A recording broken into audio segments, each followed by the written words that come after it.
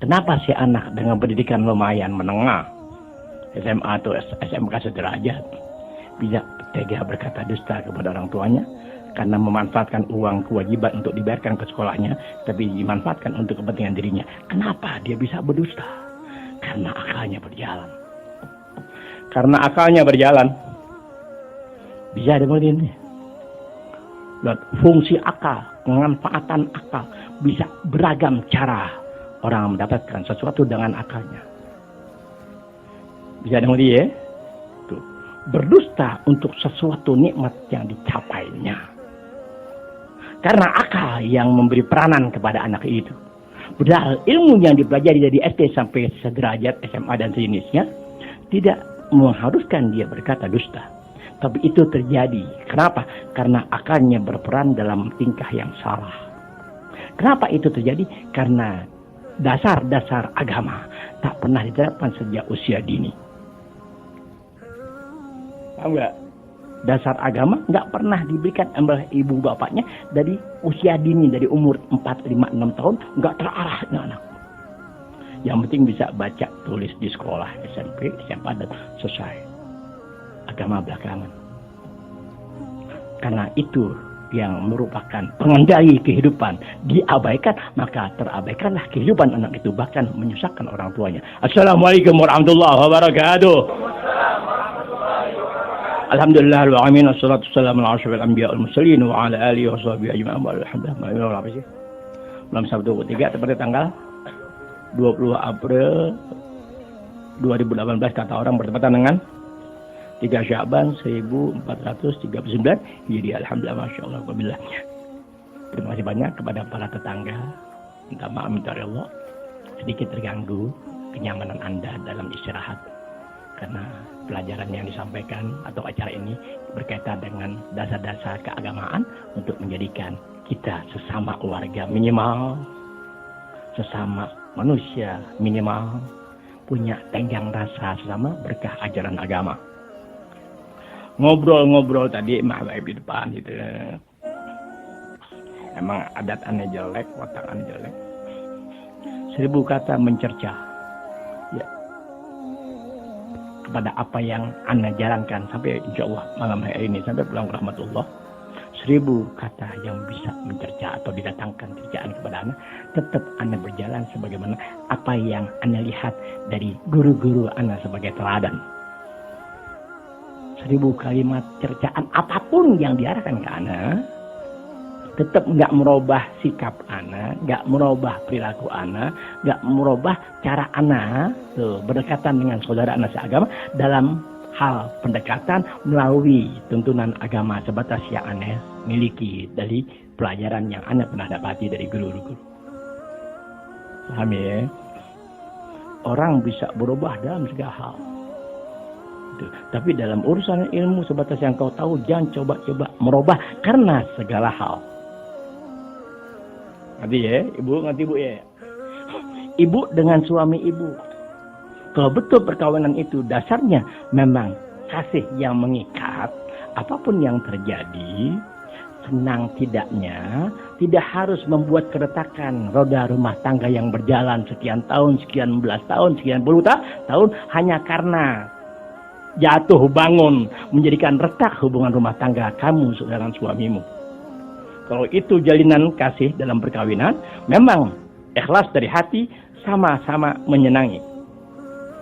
Pun ajaran Rasulullah SAW yang diemban oleh ulama-ulama sampai kepada guru-guru sekarang, termasuk ana di antara orang yang menimba ilmu dari orang-orang yang sebatas yang ana tahu dan sebatas yang ana ketahui dalam makna pengamalan.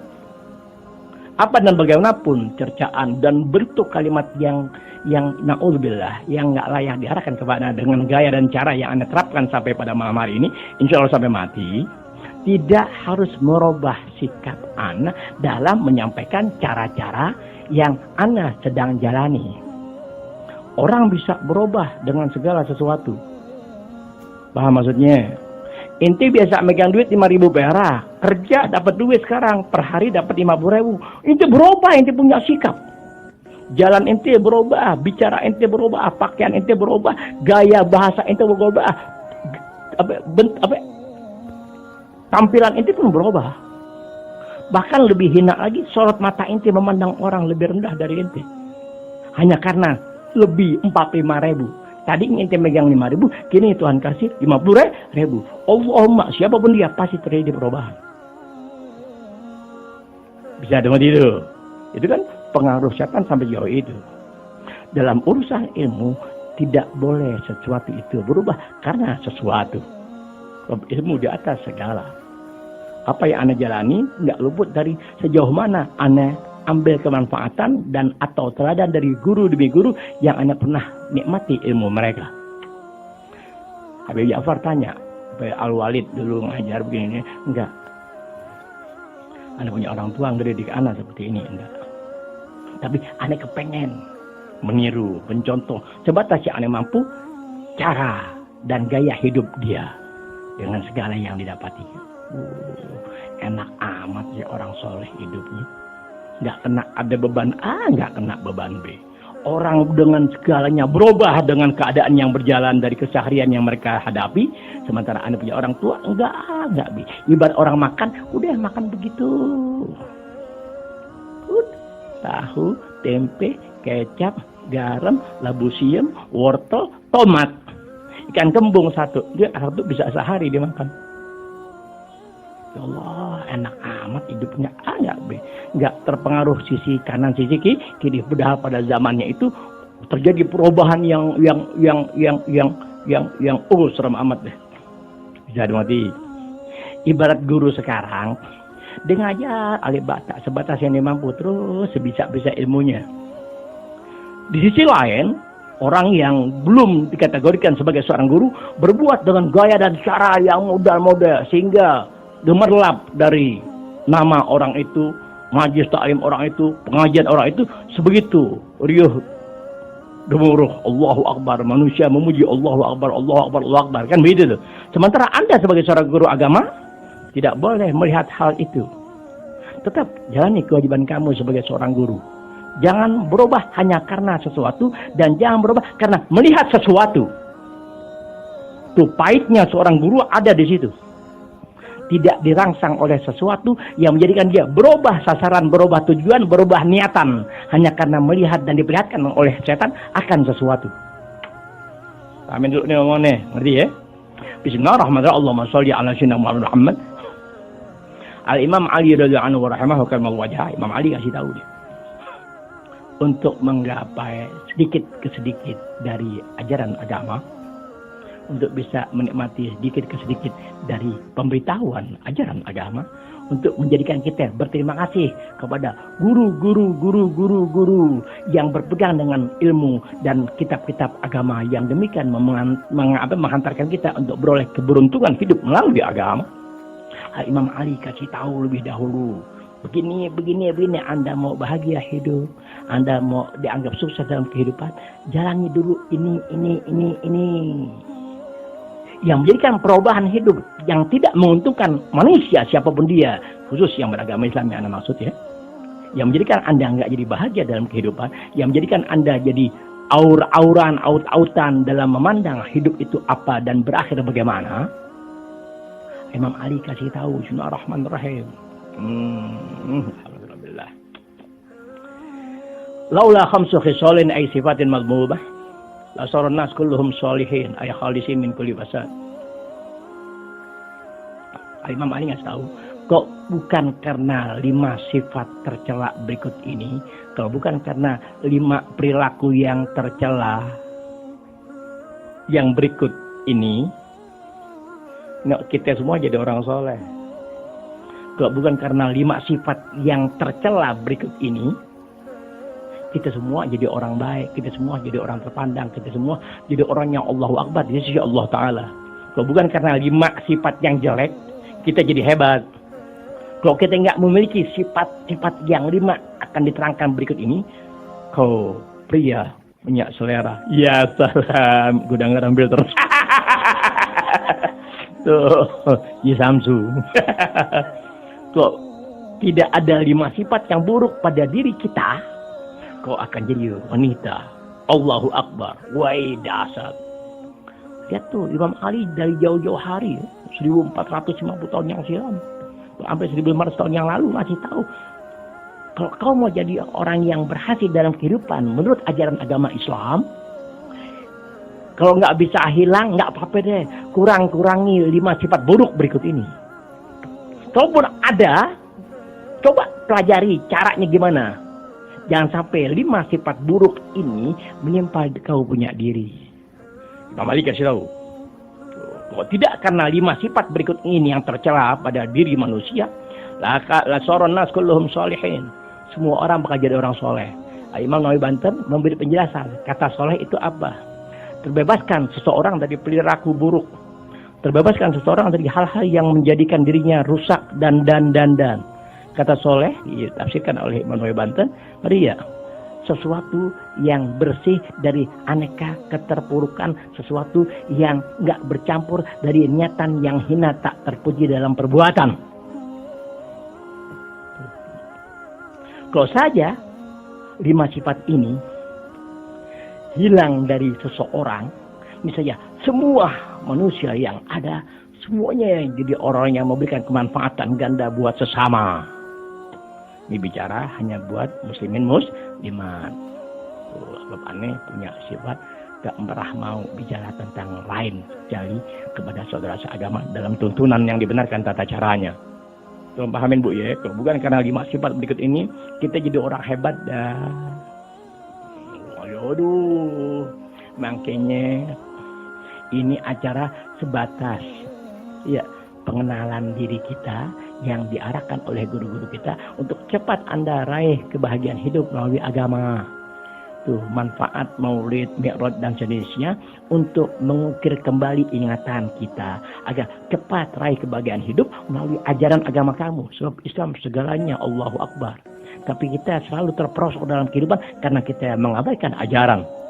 Sesungguhnya ajaran Islam Allahu Akbar. Nggak bisa disifatkan oleh manusia. Bagaimana tuh kata Allahu Akbar. Sehingga akhir kalimat Allahu Akbar. Tinggal kita bagaimana harus menggapai yang diajarkan oleh agama sehingga kita betul merasa Allahu Akbar. Ini dibutuhkan sesuatu dari majelis ilmu yang berkesinambungan. Jadi kalau bukan karena 5 sifat yang tercela berikut ini, semua kita jadi orang manfaat buat sesama. Kata soleh, ingat, bersih, suci, nggak ada percampuran apapun dari aneka hal-hal yang merugikan. Dia orang soleh, tiap pagi kadu ayam. Kan udah satu orang. Tolong pahamin tuh ya. Kalau bukan karena 5 sifat berikut ini, kalian Allahu Akbar jadi harapan orang tua, jadi harapan negara, harapan bangsa, harapan agama. Bisa dimengerti? Kata harapan itu berarti sesuatu yang jadi apa? Jadi keinginan orang banyak. Jadi keinginan orang, harapan orang tua agar kamu ke depannya biar jadi baik, agama kamu baik, ya kehidupan yang kau jalan juga baik. Nggak ada kata baik tanpa agama.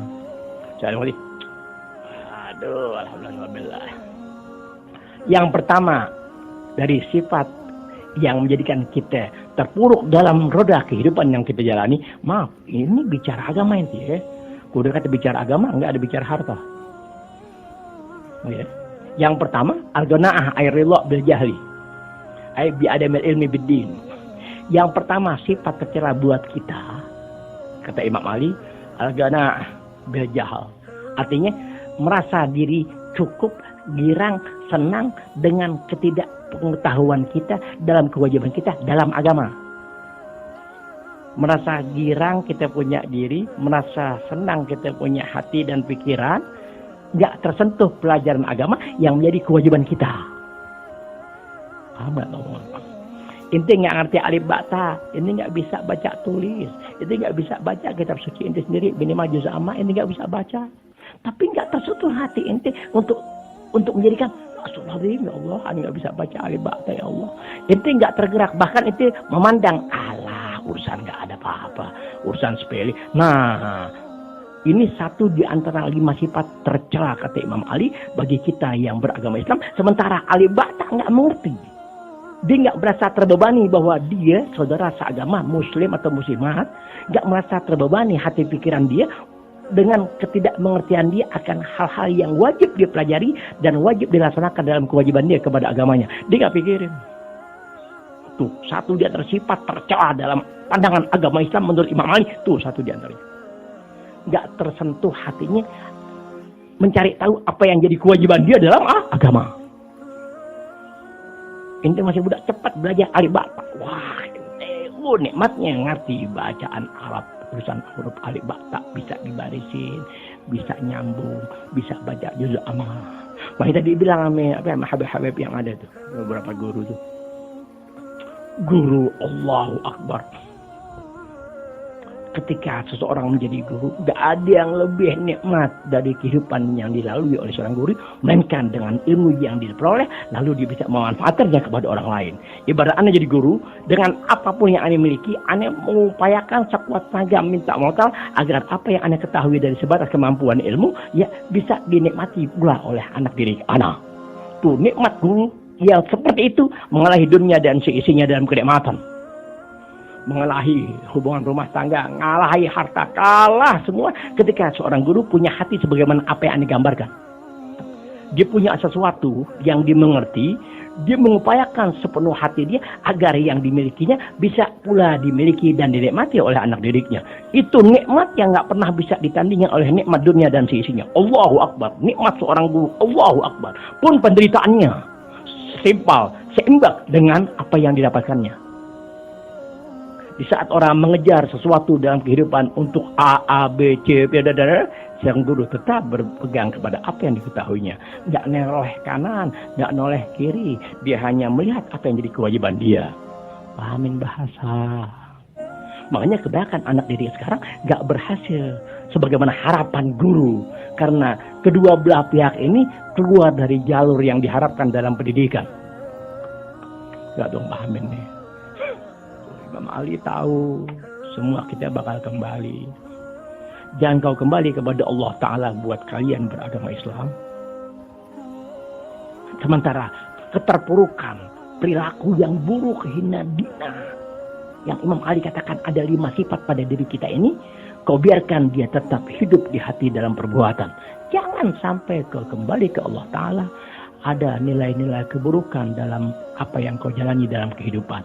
Yang pertama kata Imam Ali, jangan berasa girang kalau kita nggak bisa alif ba ta, jangan berasa nggak peduli, jangan acuh kalau kita nggak ngerti kewajiban kita kepada agama, di mana sholat yang dibicarakan Ustaz Dayat tadi itu harus juga ada prasyarat, mengerti tata cara berwudu yang baik dan benar menurut ilmu, tahu sholat itu bagaimana, bacaannya, gerakannya, fardunya, sunatnya, biar tahu gitu Anda nggak akan pernah bisa merasakan nikmat kehidupan kalau Anda nggak berletih lelah dalam upaya.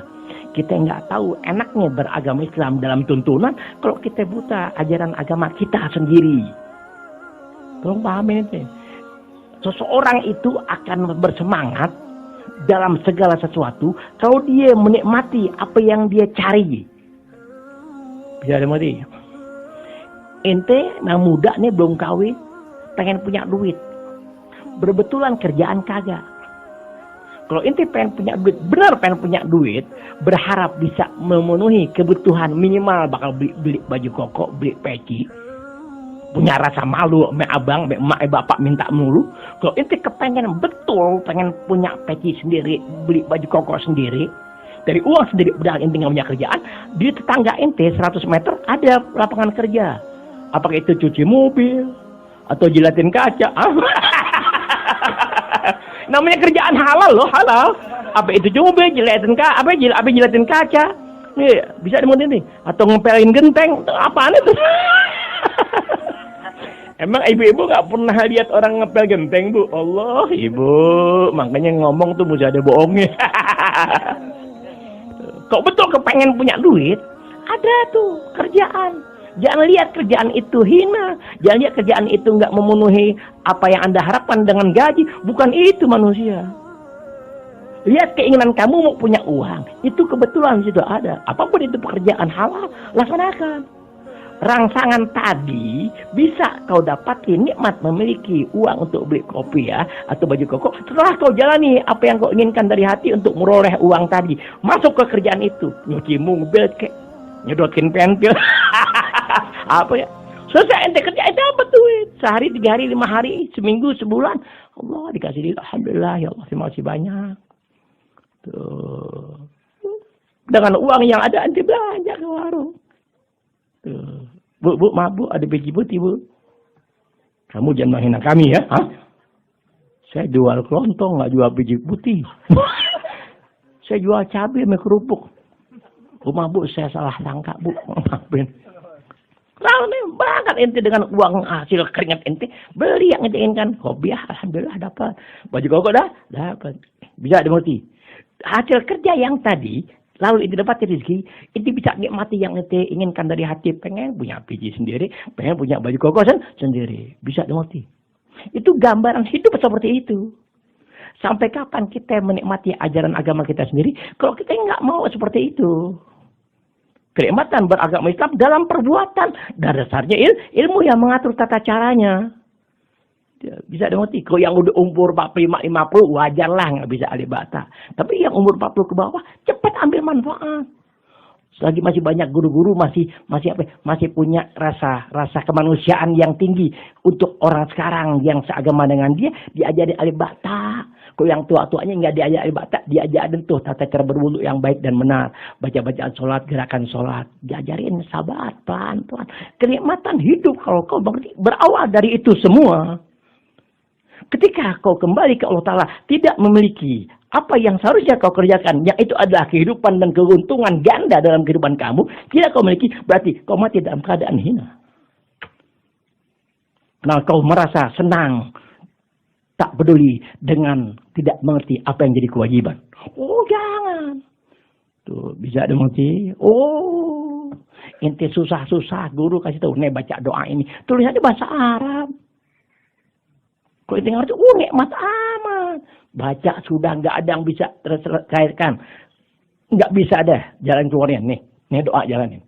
Tenaga, upaya, uang nggak menuntaskan masalah. Nih doanya cepat. Bismillahirrahmanirrahim. Jalanin Allah Ta'ala. Duit udah, tenaga udah, otak udah, hubungan udah. Masih mandek juga itu masalah.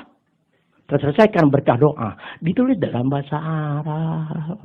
Guru ngasih nggak bisa baca. Maaf ya, ini pengalaman Anda. 1000-an orang ada yang gitu, Ani capek, ya Rob gimana? Tuh, ini pengalaman Ana. Inti yang masih muda, jangan seperti itu. Tuh, jadi kan enak. Ada kesulitan, inti ngomong sama guru. Ini baca doanya di sana. Inti bisa baca. Kalau butuh, maaf Pak Ustaz, maaf Pak Habib, tolong diartiin dong. Kan enak kalau baca doa tahu arti. Ya Bismillahirrahmanirrahim. Tuh artinya. Tuh ala kadar arti benar nggak tahu tuh. Poin-poin itu begitu maksudnya. Ya. Kan enak inti begitu. Berapa banyak sih orang datang mana? Bukan 100.000-an orang. Ya Rob, gimana ya Rob? Datang pada minta doa yang kagak-kagak. Sementara kita juga lagi menghadapi permasalahan. Ya Rob, gimana ya Rob? Tuh. Akhirnya semua beban yang datang, kita guru yang manggul, kita yang terima. Orang hanya memohon apa yang diinginkan. Sementara kita juga dalam beban kepada perilaku sendiri, beban menerima harapan orang lain. Ya Rob, gimana ya Rob, gimana ya Rob? Kan enaknya, ya guru 50% berbuat, anak didik berbuat 50%. Apa perbuatan anak didik 50%? Tuh bisa baca alif bata sampai bisa baca tulisan Arab sambung. Apalagi udah mulai bisa baca juz amma, enak banget. Waduh, bahagia betul seorang guru bisa mengajarkan anak-anak dari alif bata sampai bisa baca juz amma. Wah, bahagia. Ketika dia ada dalam sulit butuh doa, si guru diadukan oleh anak didiknya, ya Bismillahirrahmanirrahim. Nih, ente baca ya. Biar jangan ngandelin guru. Ente baca. Bismillah. Ya, yang berbuat. Keterima tuh. Wah, nikmat hidup ada di situ ente. Itu sekedar gambaran. Dan nggak bisa ente telusuri sebelum ente bisa berbuat sebagaimana harapan. Nikmatnya beragama Islam dalam tuntunan ilmu. Enak. Oh, nikmat. Di saat orang gelisah dengan kehidupan yang berjalan, ente tertawa. Alhamdulillah ya Allah, terima kasih banyak. Sedikit yang ku nikmati, aku bisa ibadah melaksanakan kewajiban. Ya Allah, terima kasih banyak. Orang begitu mengejar apa yang dikejar. Sementara setelah mereka dapati, mereka tinggalkan yang mereka cari. Oh, na'udzubillah ya Rabb, terima kasih banyak ya Allah. Kau tidak hinakan aku seperti mereka. Tuh Imam Ali begitu. Bisa dimengerti.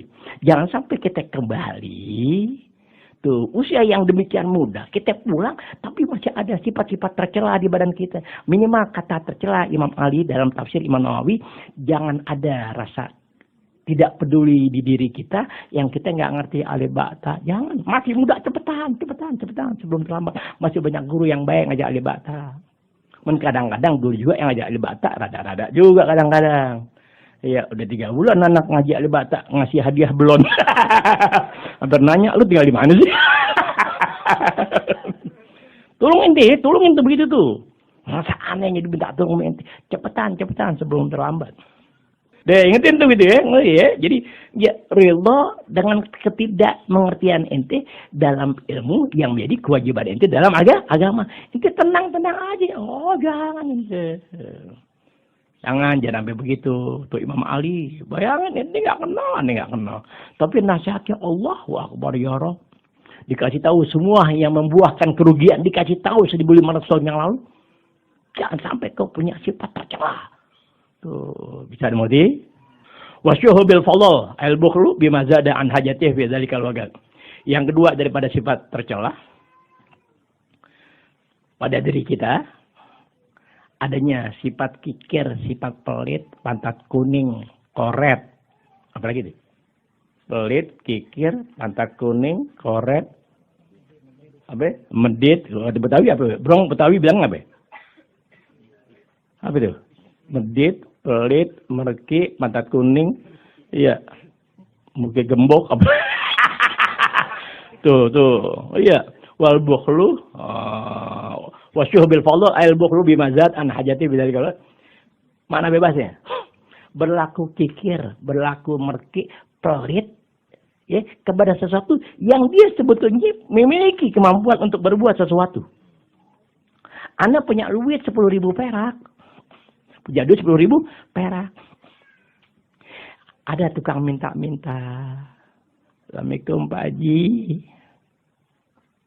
Assalamualaikum Pak Haji. Di Pak Haji megang koran. Mending koran baru, koran kemarin. Assalamualaikum Pak Haji. Nggak nengok, nggak nyautin, nggak jawab. Assalamualaikum. Assalamualaikum. Nggak mau nengok, nggak mau. Begini aja dibaca koran. Bukan koran baru, koran boleh nemu di mana. Ketahuan depannya udah kena tanah. Sampai tuh orang buka pintu. Tuh Pak Haji nggak tahu. Ditariknya korannya. Assalamualaikum Pak Haji. Sampai ditarik koran. Assalamualaikum Pak Haji. Terus dia nggak nyamutin. Tadi ketika minta-minta, orang buta, apa congek orang. Ditabok kami minta-minta. Assalamualaikum Pak Haji. Nih saya dari jauh, dari Semarang. Kemarin minta bantuan Pak Haji. Tetangga mana lu? Rupanya temennya bolot. Kembali kepada permasalahan, tujuan dari Imam Ali, jangan kau bersenang hati, jangan kau bergembira ria, sementara kegembiraan tadi ada dalam keadaan kamu. Allah Ta'ala ciptakan kamu dipermuliakan, kau punya diri dengan syariat agamamu sendiri, dengan ajaran agamamu sendiri, yang itu mengatur cara kamu berpikir, berbuat, dan cara kamu hidup. Agama yang ngatur. Bukan kehidupan yang mengatur kau punya diri. Agama yang mengatur kamu dalam kehidupan. Bagaimana? Nikmati agama kamu. Kau bisa jalani apa yang kau mampu kerjakan. Di situ sebatas kemampuan kamu. Di situ Allah Ta'ala berikan kenikmatan dalam kehidupan. Oh, nikmatnya beragama. Allah enak. Orang yang jalannya agama sesuai dengan aturan ilmu yang berlaku. Seharusnya demikian dia berbuat. Itu nggak ada makhluk tersakitin. Paham nggak? Nggak ada. Aneh, haram nyakitin orang abis. Enggak, anak-anak mati muda-muda. Kalau aneh punya gerakan berbahasa, sengaja keluar untuk aneh sakiti manusia. Maafin ya Allah, aneh nggak pernah begitu. Paham ya? Kenapa mesti seperti itu? Agama, ilmu yang menuntun. Tuh, makanya ente aneh latih pelan-pelan. Secara tidak sadar, aneh ajar, nikmati ajaran agamamu. Anda hanya sebatas perantara untuk bisa memberi jalan. Itulah kenikmatan kalau kau inginkan. Tuh, setelah ente jalan, dulu-dulunya ente kan agak begini. Dulu ente kagak begini. Kemarinnya pelan berkah teman, berkah tetangga, berkah kawan, berkah guru, berkah kenalan, berkah ipar, berkah besan, berkah ente bisa tuh tertarik. Setelah ente mulai Allah Ta'ala gerakkan terbukakan ente punya hati pikiran, baru ente merasa nikmat. Alhamdulillah. Coba dari dulu semua bergantung ajaran agama.